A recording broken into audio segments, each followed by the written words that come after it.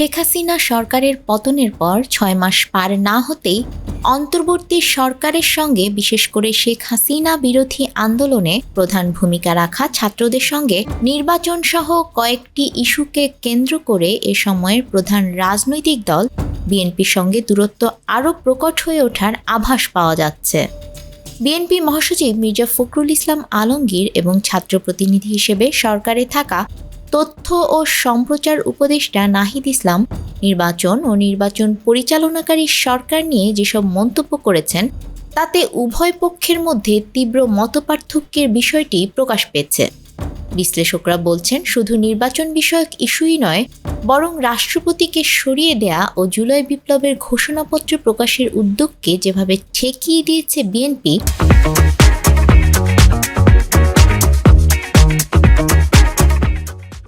তা উভয় পক্ষের মধ্যে আস্থার সংকট ও দূরত্বের মাত্রা বাড়িয়েছে। বিএনপি মহাসচিব মির্জা ফখরুল জুলাই আগস্টের মধ্যে নির্বাচন হতে পারে মন্তব্য করেছিলেন। সম্প্রতি বিবিসিকে দেয়া সাক্ষাৎকারে বলেছেন, আমরা তো চাই আর্লি ইলেকশন, আগেও বলেছি। অন্যদিকে তথ্য উপদেষ্টা নাহিদ ইসলাম বলেছেন, বিএনপি কেন যেন মনে করে সরকারটা হয়েছে কেবল নির্বাচন দেওয়ার জন্য। গণঅভ্যুত্থানের মাধ্যমে একটা সরকার আসে অন্তর্বর্তী সময়ের জন্য, সে সময়ে তারা বিচার সংস্কার ও নির্বাচন করবে। নাহিদ বলেছেন, বিএনপি কিছু অপ্রয়োজনীয় দূরত্ব সরকার বা ছাত্রদের সঙ্গে তৈরি করেছে। যদিও মির্জা ফখরুল বলেন, শুরু থেকে অন্তর্বর্তীকালীন সরকারের সঙ্গে তাদের যে সম্পর্ক ছিল এখনও তেমনটিই আছে। বিশ্লেষক অধ্যাপক মুজিবুর রহমান বলেছেন, নির্বাচন ও সংস্কার নিয়ে পরস্পরের উপর যে আস্থার সংকট, সেটাই উভয় পক্ষের মধ্যে দূরত্বের মূল ভিত্তি। আমার মনে হয় ছাত্ররা কতদূর যেতে চায় সেটা নিয়ে বিএনপিতে উদ্বেগ আছে।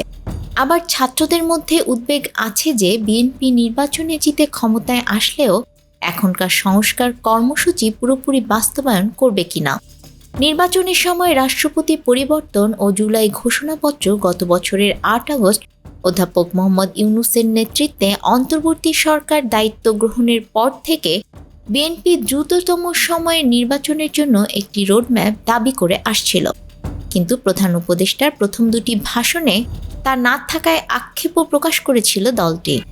পরে জাতির উদ্দেশ্যে দেয়া ভাষণে প্রধান উপদেষ্টা চলতি বছরের শেষে বা আগামী বছরের শুরুকে নির্বাচনের সম্ভাব্য সময় হিসেবে উল্লেখ করলেও তাতে সন্তুষ্ট হয়নি বিএনপি। মির্জা ফখরুল বলেছেন, প্রধান উপদেষ্টা যতগুলো সংস্কারের মধ্যে হাত দিয়েছেন অতগুলো সংস্কার করতে গেলে 10 বছরের মধ্যেও শেষ হবে না। নির্বাচনের বিষয়ে নাহিদ বলেছেন, গণঅভ্যুত্থানের মাধ্যমে একটা সরকার এসেছে অন্তর্বর্তী সময়ের জন্য, আর আমরা ছাত্ররা এসেছি ওয়াচডগের জন্য, কেবল নির্বাচনের জন্য আসিনি। আমরা পছন্দের কাউকে রাষ্ট্রপতি করতে চাইনি, আমরা চেয়েছি এই রাষ্ট্রপতি সরে যাক। আমরা বলেছিলাম প্রয়োজনে সবাই মিলে একজনকে ঠিক করি। তবে মির্জা ফখরুল বলছেন, আপত্তির কারণ খুব সঙ্গত। আমরা একটা সংবিধানের অধীনে আছি, এই সরকারও শপথ নিয়েছে সেই সংবিধানের অধীনে। সেখানে রাষ্ট্রপতিকে যে অপসারণ করবে সেটা কে করবে? এছাড়া আওয়ামী লীগের রাজনৈতিক ভবিষ্যৎ সম্পর্কে সিদ্ধান্ত নেয়ার ক্ষেত্রেও বিএনপির সঙ্গে ছাত্রদের মতবিরোধ স্পষ্ট হয়ে উঠেছে। ফখরুল বলেন, যারা বাংলাদেশের স্বাধীনতায় বিশ্বাস করে রাজনীতি করে তাদেরকে নিষিদ্ধ করার ব্যাপারটাতে আমরা কখনোই একমত হইনি। জনগণ ডিসাইড করবে আওয়ামী লীগকে নিষিদ্ধ করা হবে কি হবে না। নাহিদ বলেন, এ বিষয়ে সবার অবস্থান আরও পরিষ্কার করা দরকার।